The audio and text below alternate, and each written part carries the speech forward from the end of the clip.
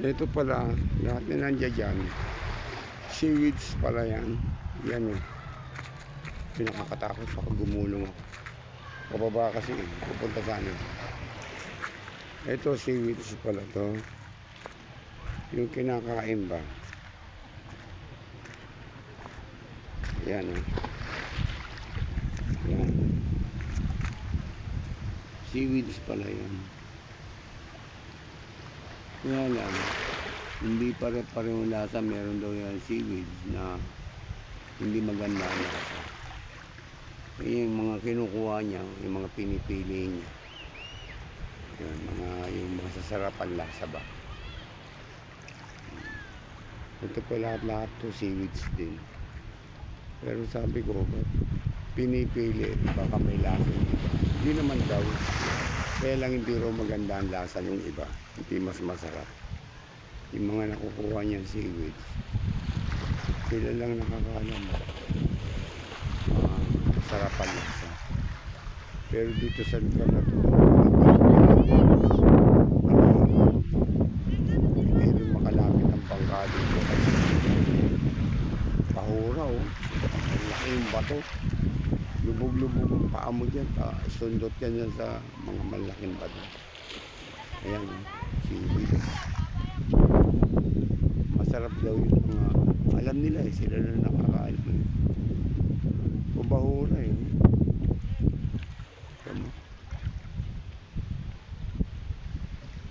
Pero dito marami sila nakukuha ng pagkain. Mga kung ano-ano. Sila na nakakaalam. Biro mo yan oh. Seaweeds. Tinan mo yan oh. Galing sa laot. Dinala dito. Tinan mo nga oh.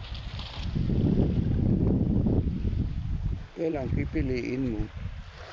Lahat yan seaweeds. Pipiliin mo lang yung gusto mo. Kumbaga sa isda, gusto mo ng tilapia, ayaw mo ng ibang isda. Ang dami oh. Tingnan mo nga yan oh.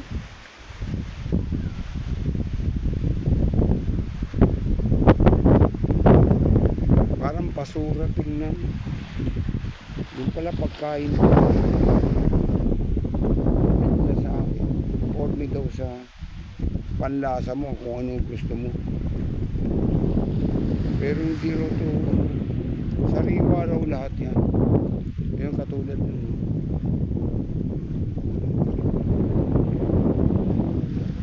nasa gitna nun yun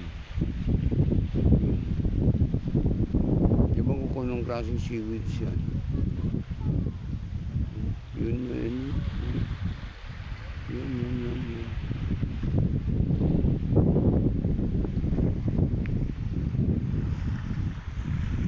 ito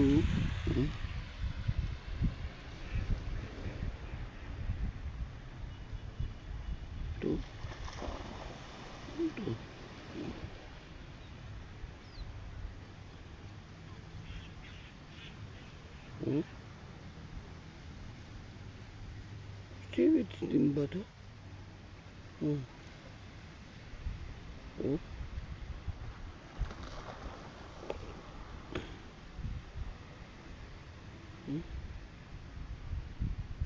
Marami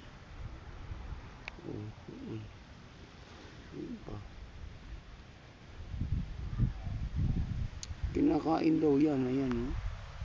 Pag nasa palengke makikita mo yan, inuugasan lang yan eh. Dapat ibebenta na sa palengke. Pero siyempre hindi halo-halo. Ito halo-halo itong seaweeds na to eh. Siyempre yung katulad yung kanina, yung kinukuha niya, pinipili lang. Parang basura. Parang basura sa Manila Bay. Dati pumunta sa Manila Bay, parang ganyan ang basura. Basura yon. Talagang mabaho. Pero ito, seaweeds. Seaweeds. Ibang klase. Tingnan mo, oh. Oh. Oh. Oh.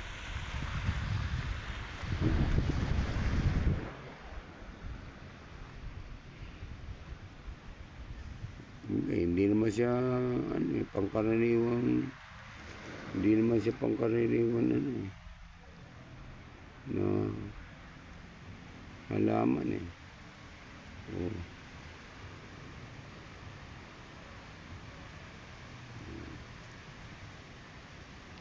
Talagang pinahaluan ng kung ano. Pero,